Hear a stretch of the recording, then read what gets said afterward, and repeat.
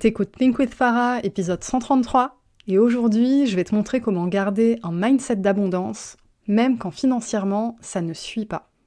Cet épisode, c'est pour toutes les personnes qui traversent un moment de frustration autour de l'argent. Parce que t'as une perte d'argent, parce que t'as pas une croissance comme t'aimerais. Bref, tu ressens cette espèce de frustration financière. Si tu ressens ça, cet épisode est pour toi. Bonne écoute! T'es entrepreneur, t'as de l'ambition, mais t'as du mal à dépasser tes peurs et tes croyances limitantes, t'es au bon endroit. T'as envie de vivre une vie d'abondance, te libérer du regard des autres, assumer ta volonté de gagner de l'argent et incarner pleinement ta puissance. Et clairement, t'en peux plus du syndrome de l'imposteur, d'un mauvais rapport à l'argent ou de la peur de l'échec. T'es prête à gérer ton business comme un vrai business et pas comme un side project. T'es prête à ce que l'argent coule à flot dans ta vie. Moi, c'est Farah de Think with Farah, mentor, formatrice business et coach holistique. Chaque lundi, j'anime le podcast Think with Farah, notre rendez-vous pour que je t'aide à révéler ton plein potentiel, pulvériser tes croyances limitantes et bâtir un business vraiment prospère. Ma spécificité, c'est mon approche holistique. Je crois profondément que ton business ne pourra pas se développer sans toi. Ici, je t'accorde l'importance que tu mérites. On parle stratégie business, loi de l'attraction, bien-être, santé mentale, marketing, mindset. Tout ça au même endroit. Ah, et puis si t'es neuroatypique, c'est un espace inclusif pour toi. Je suis diagnostiquée TDAH, HPI et hypersensible. Neuroatypique ou pas, si t'es un être sensible et spirituel, je te comprends et je peux t'aider comme personne. Si je veux faire cet épisode avec toi aujourd'hui, c'est parce que le mindset, ça fait tout. Tu peux trouver les meilleures stratégies du monde, les hacks, tout ce que tu veux. Si au moment de les mettre en place, il y a des trucs au fond de toi qui te disent que c'est pas la bonne chose, que c'est pas une bonne idée, que t'es pas capable, etc., t'arriveras même pas à tirer plein potentiel des soi-disant bonnes stratégies que t'es en train de mettre en place. Si je te dis ça, c'est que j'ai envie de t'amener vers un sujet autour du mindset d'abondance. Particulièrement, comment adopter un mindset d'abondance quand financièrement ça ne suit pas. C'est un vrai challenge, c'est un challenge même pour les personnes qui ont connu l'abondance, mais où là, maintenant, tout de suite, elles ne sont plus dedans. Alors on est d'accord, l'abondance, elle est là en permanence et elle n'est pas que financière. Mais pour aujourd'hui, on va vraiment se concentrer sur cette dimension financière. L'argent qui coule à flot, le fait d'attirer des clients, le fait d'attirer des opportunités. Tu l'as sûrement expérimenté, il y a des moments dans ta vie où, tu sais pas pourquoi, il y a des opportunités comme ça qui coulent à flot. Peut-être que tu sais pourquoi, parce que tu as fait les choses en pleine conscience, mais en réalité, c'est vraiment une question de niveau vibratoire, d'énergie, et parfois, malgré toi, positivement, tu es dans cet état d'abondance et donc tu manifestes plein de choses. Plein d'opportunités, des rentrées d'argent qui n'étaient pas prévues, etc. Et il y a d'autres moments dans la vie où, même si tu as envie d'entrer là-dedans, énergétiquement, il y a une espèce de barrière qui se met en place, qui fait que tu as du mal. Tu as du mal parce que tu es concentré sur plein de problèmes, etc. Et on le sait, c'est pas le genre de choses qui te met dans cet état d'abondance. Mais c'est pas pour autant que c'est impossible. Donc aujourd'hui, j'ai envie de te partager quelques astuces, quelques principes qui vont t'aider, peu importe ce que tu es en train de traverser ou peu importe ce que tu traverseras plus tard, d'entretenir cet aspect mindset d'abondance, indépendamment de ce qui t'arrive. Et oui, c'est possible, même quand tu vis un moment de ta vie où tu as plein de problèmes, où tu gères des angoisses, où tu manques objectivement d'argent, c'est un manque qui peut être réel, même si on sait que l'abondance existe, on peut passer par des périodes comme ça. Donc voilà, je vais t'aider à naviguer dans tout ça. La première chose, c'est le point le plus important, c'est garder confiance en ta capacité à t'en sortir. C'est hyper important que peu importe le moment de vie que tu traverses, que ce soit financier ou pas d'ailleurs, parce qu'en réalité, les conseils que je vais te donner aujourd'hui, tu peux les transposer à vraiment n'importe quel aspect de ta vie.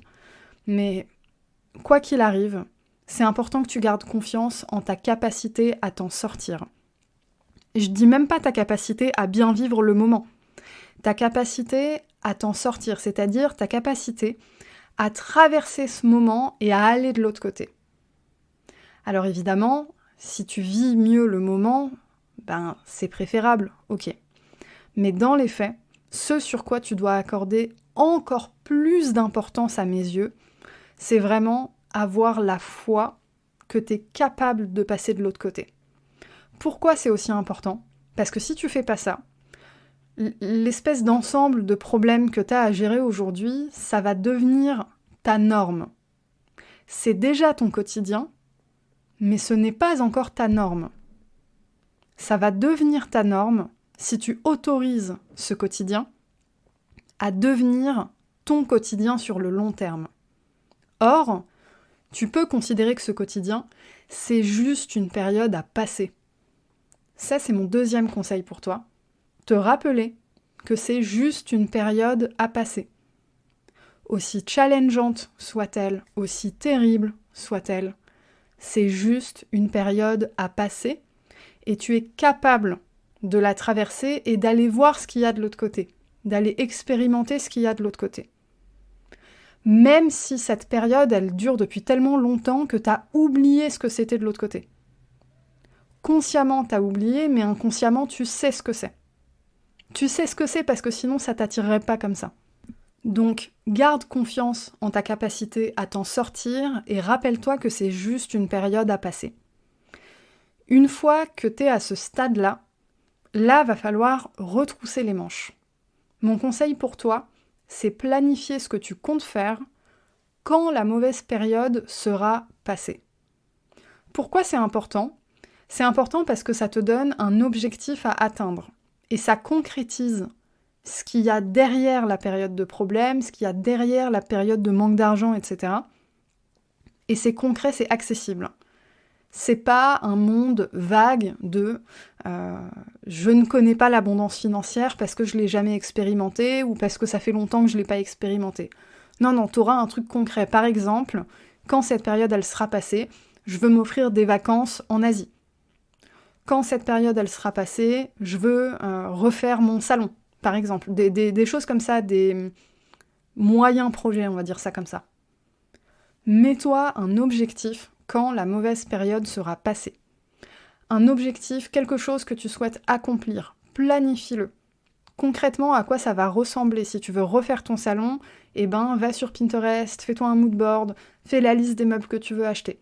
Si tu veux faire un voyage, commence à regarder où est-ce que tu veux aller, à quoi ça va ressembler, quel type d'itinéraire, etc.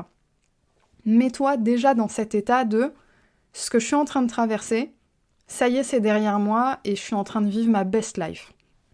Une fois que tu as fait ces 3 choses-là, normalement, ça t'a monté assez haut énergétiquement pour que tu puisses maintenant commencer à réfléchir à ce que tu peux faire de plus ou de mieux pour t'en sortir plus vite. Pourquoi c'est important de faire cette étape après être monté énergétiquement et pas avant ? Parce que quand tu es haut ou haute énergétiquement, tu deviens beaucoup plus créatif ou créative concernant les solutions que tu peux trouver. C'est ça aussi la loi de l'attraction, c'est attirer des opportunités, les manifester, mais les manifester, ça peut ressembler juste à avoir des idées hyper ingénieuses auxquelles tu n'aurais pas pensé avant. Les idées ingénieuses, on ne peut pas vraiment les avoir quand on a le nez dans le guidon, à éteindre le feu en permanence. On a besoin de prendre un peu de recul. On a besoin aussi de se donner de l'espoir et de se rappeler qu'on est capable et que c'est accessible. Il y a vraiment cette notion de « c'est accessible et j'y ai droit ».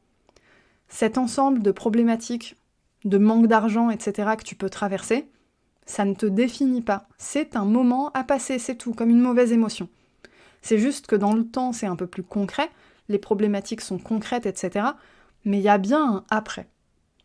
Donc, une fois que tu es monté énergétiquement, en gardant confiance en ta capacité à t'en sortir, en te rappelant que c'est juste une période à passer, et en te fixant un objectif à atteindre une fois que la période sera passée, là, tu peux commencer à réfléchir de façon ingénieuse à comment tu peux faire pour aller plus vite dans le fait de dégager cette période-là.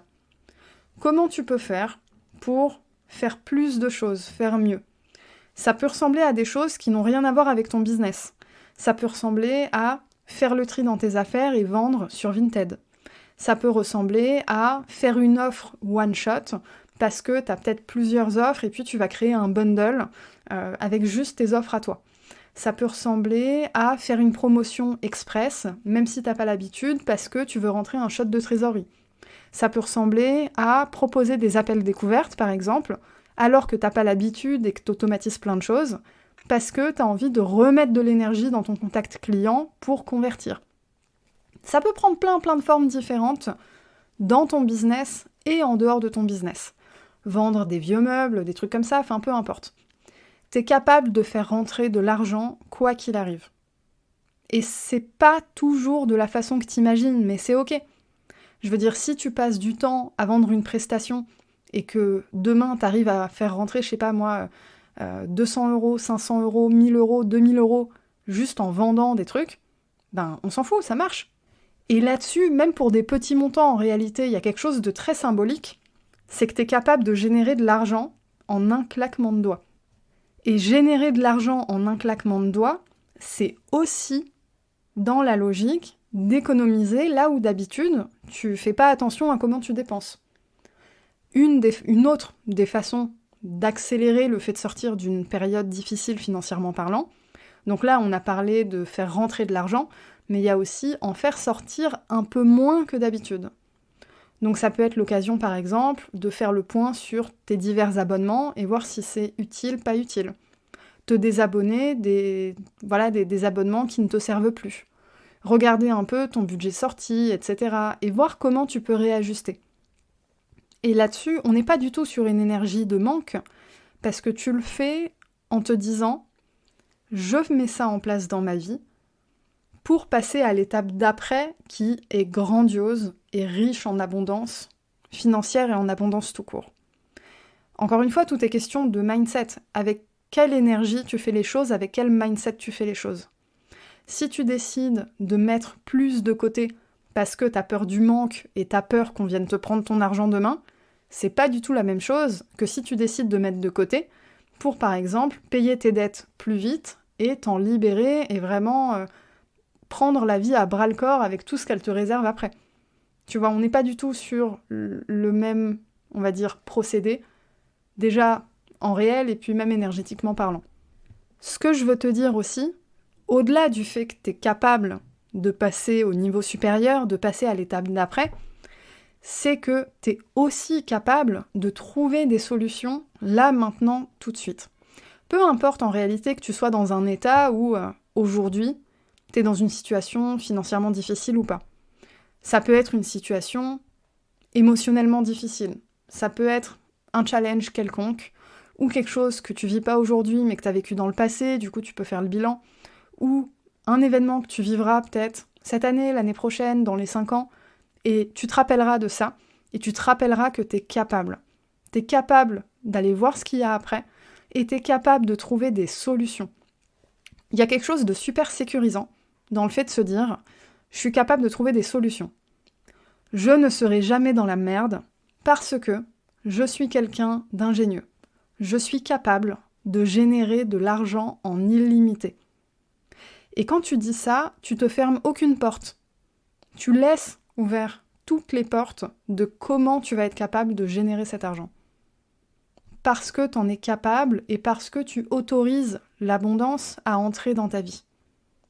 Tu n'émets pas de résistance. Et il y a quelque chose de très puissant là-dedans. Et pour pousser le truc un peu plus loin, il y a quelque chose qui est vraiment important.